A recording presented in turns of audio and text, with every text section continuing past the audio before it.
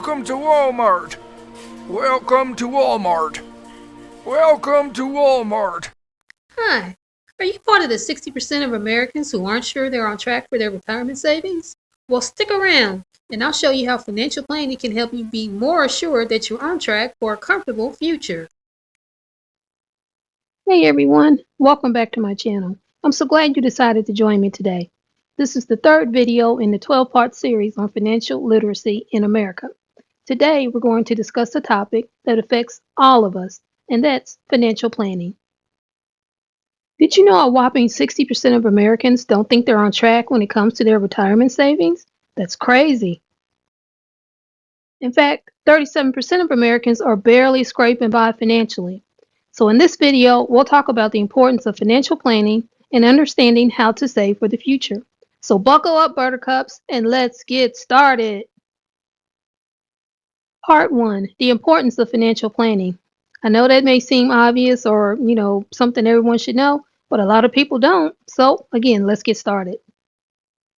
First things first, why is financial planning so crucial? Well, it's so crucial because we all need money, right? We want to survive and enjoy life, but many of us overlook the importance of having a solid plan for our finances.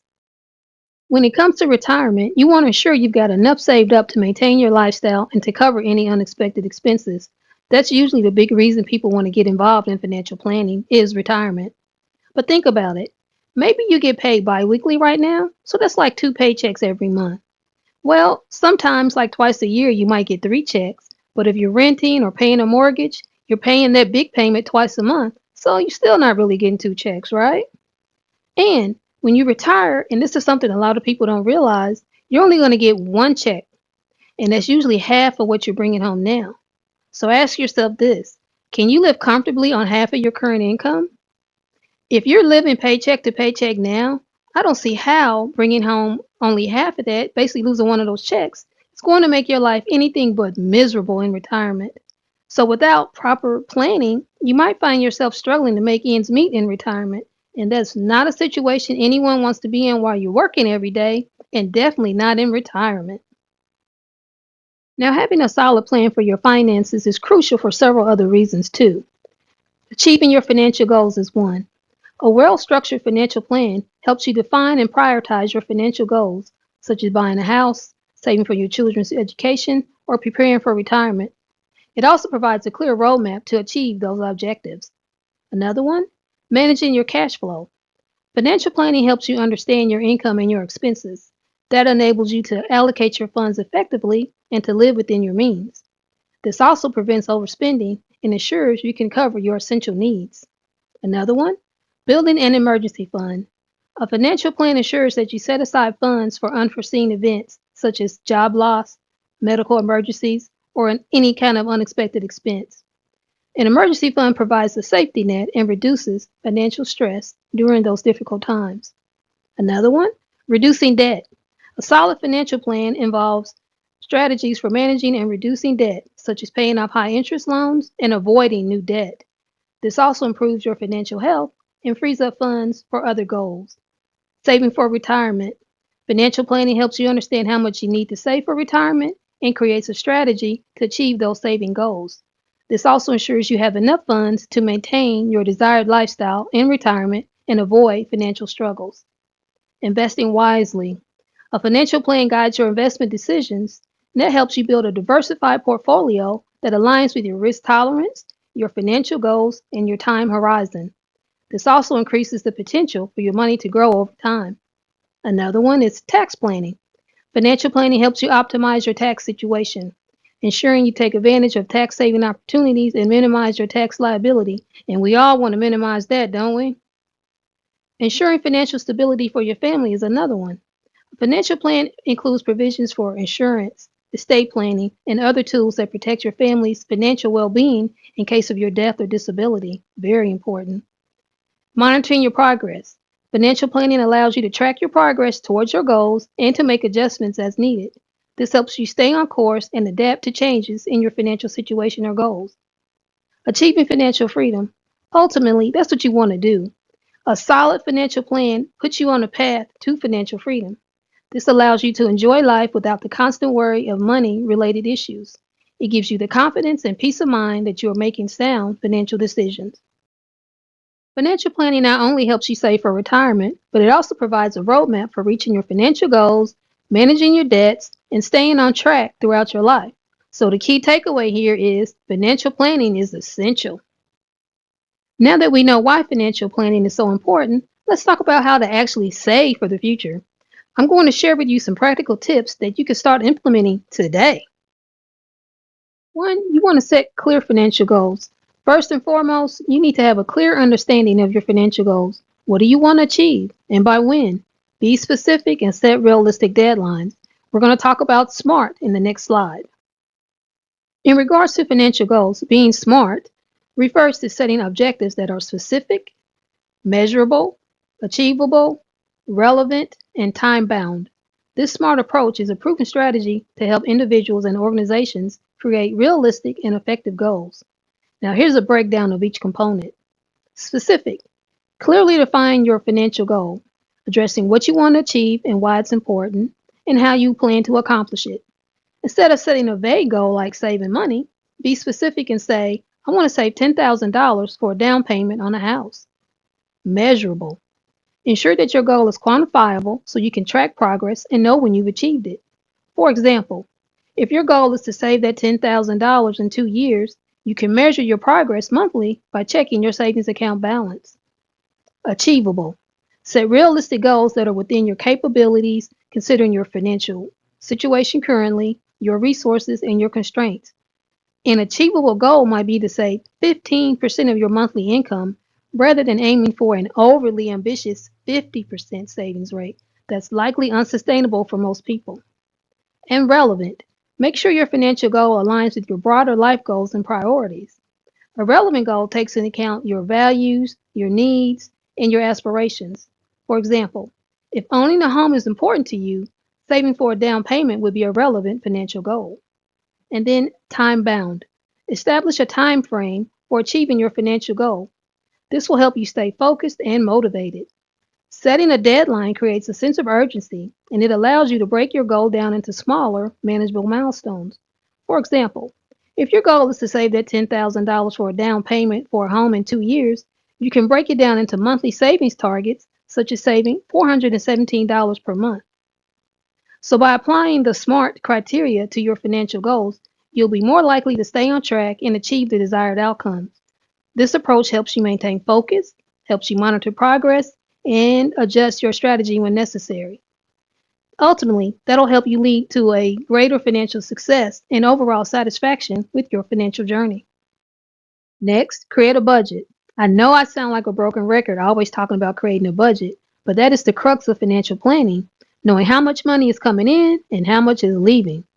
Then and only then can you start on your way to establishing a successful financial plan. And to save effectively, you need a budget. Track your income and expenses, categorize them, and allocate funds accordingly. And make sure to include a category for savings. Next up is paying yourself first. When you receive your paycheck, immediately set aside a portion for your savings.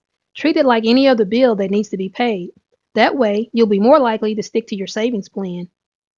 After that, automate your savings. Take advantage of technology and automate your savings. Set up recurring transfers from your checking account to a savings or investment account. This way, you won't have to think about it. You'll just save it automatically and you'll be consistent. Next, you want to reduce your debts. High interest debts can seriously derail your savings efforts. Focus on paying off high interest debts first and then work your way down to lower interest ones. This is the avalanche debt repayment method, and it can save you so much money when you use it to pay off more of your debt. Let's do an example of paying off debt.